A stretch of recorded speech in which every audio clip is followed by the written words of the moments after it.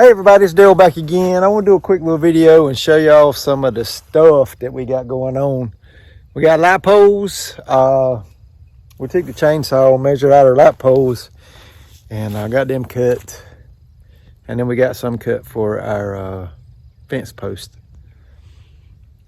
Our fence we're going to put up for the perimeter fence is going to be high tensile wire, and we're going to have a 16-foot gate coming in.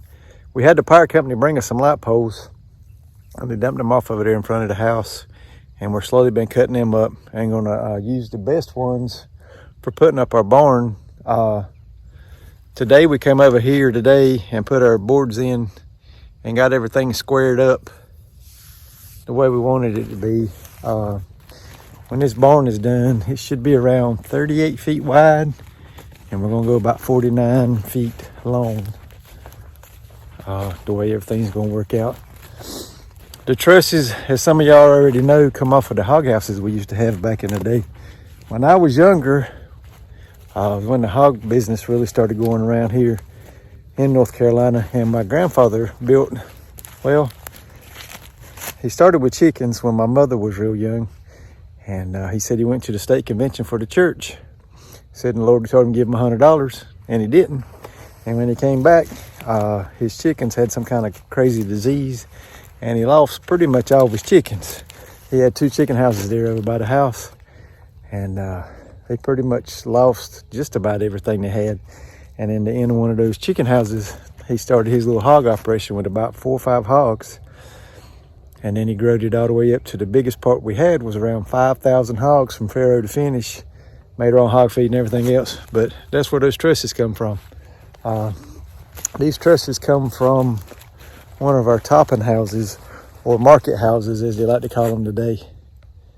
But those trusses there are almost as old as I am. They're probably 42, 43 years old. And we took more down than what we needed because there's some bad spots in it because some of the tin had blowed off of the top of the thing. The bad thing about those houses was they actually had tin roof on them. And back then, tin roofs come in 4-foot sections. And there was probably 60 to 70 nails on each one of those pieces of tin. So it took me a long time to get the nails out of it. But that tin had pinholes in it, which allowed it to leak.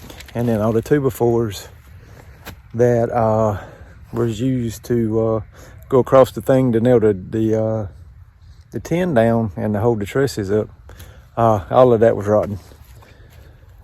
So just to tell you how much lumber is right now, back in the day you could get some scheduled, I think they're number 2 2x4s. You could get what they call a bundle of them, and it's $280. It costs you about $300 or $400. I want to say is what they said. Right now you're looking at about $3,000. So I'm gonna try to get up with some people and see if I can get some rough cut lumber to do up top for my 2x4s. Trusses hasn't cost me anything. My light poles are free. One of the guys that come helped us get the rest of those trusses down, he said he's got some tin off old chicken house, and maybe I'll be able to do most, if not all, of my barn with that tin. And it was screwed down, so we don't have any problems with the extra nail holes. So maybe I can get my tin for, or my metal roof for next to nothing. Once the barn's built, I'm gonna put probably 12, 16-foot shoulders on it, and might come off the back side of it here for like a cow corral, where we can get the cows in there and sort them and load them on the trailer and stuff like we want to. Our main thing we're gonna do is cows right now because of the job I have. I can't really do a whole lot more. I'm not supposed to have hogs, chickens, turkeys, quail, or anything like that. Just cause of biosecurity and all that other good stuff. But eventually, if I can find a different job making about the same amount of money with good benefits, I'm gonna try to do that too. Doing ground raised pigs is something I really want to do. I want to get into the pasture poultry stuff, grow some chickens, grow some turkeys, do some quail, and of course do our bees. There ain't a whole lot been going on with the bees because it's been so cold. Past 2 days we hit 70 degrees, but I mean, there wasn't a whole lot going on. I got sugar water out. The bees finally found it today, and they worked it over pretty good. Where we're putting these at, I don't know if you can see it or not. Beehives. I've done a couple videos over here.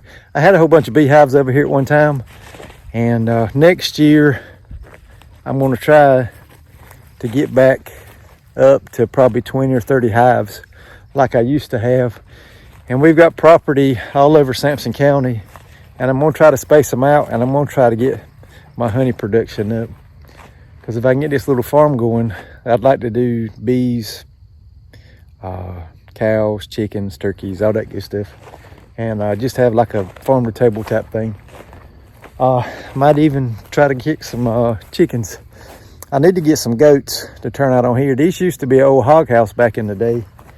And I'm talking about a long time ago, way before we got into the hog business. They had like a little floor right here. I don't know what it was for.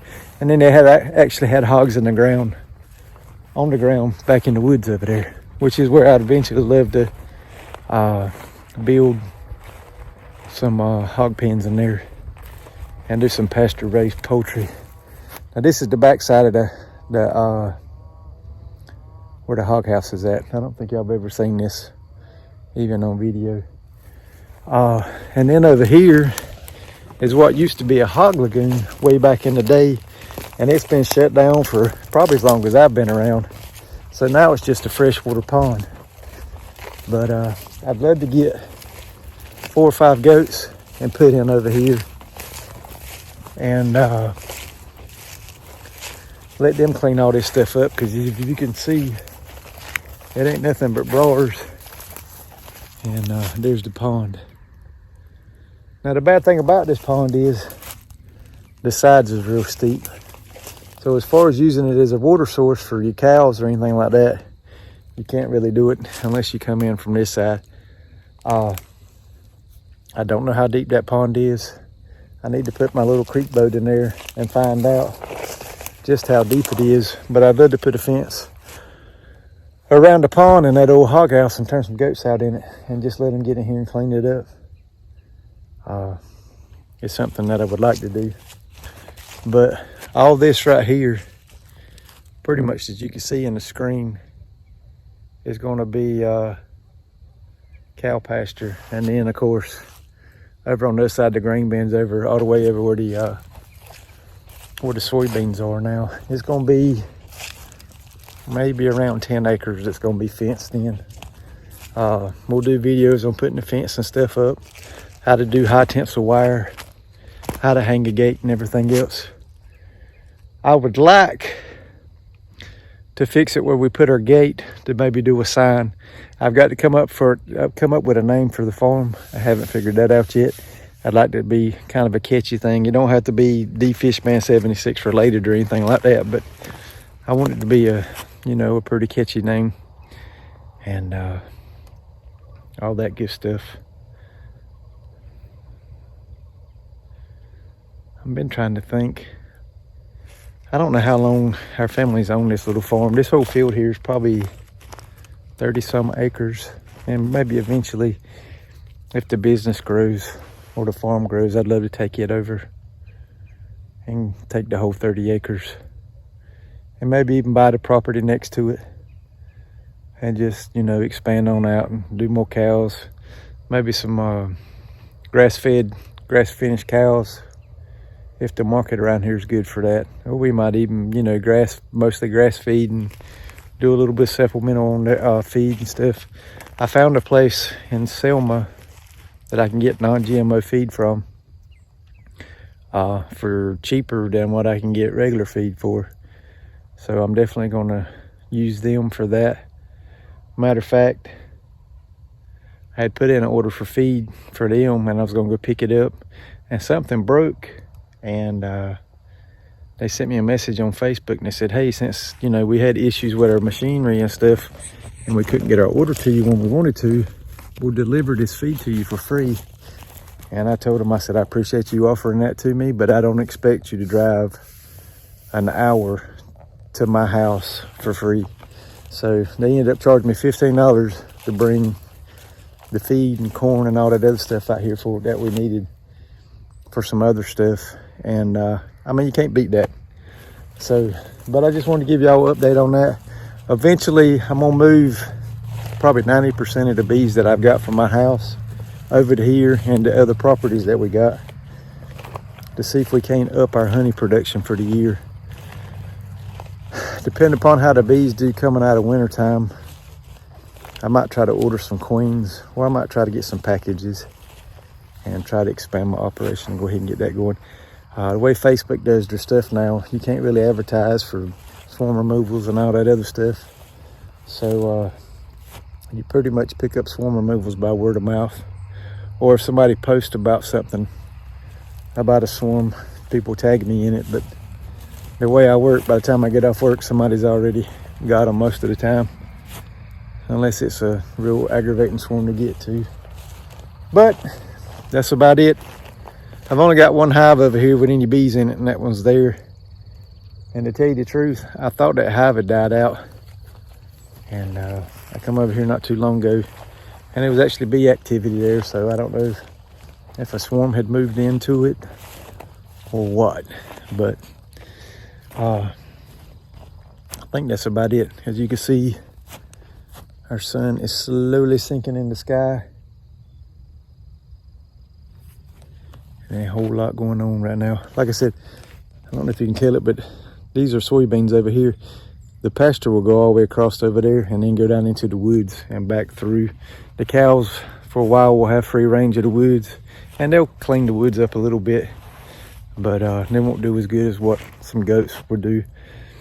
I would love to get some goats right now, but boar goats that are good for cleaning up brush around here are running anywhere from $175 up. And I don't want $175 in a goat. So if y'all are in North Carolina and you can get me a better deal on goats, hit me up.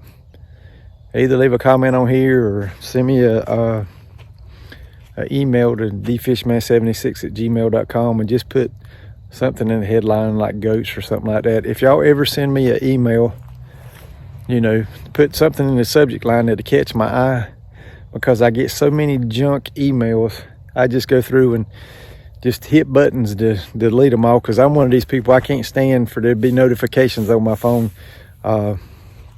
So I go through and delete a whole bunch of emails. So if you sent me an email and I didn't reply back to it, it's probably because I accidentally deleted it.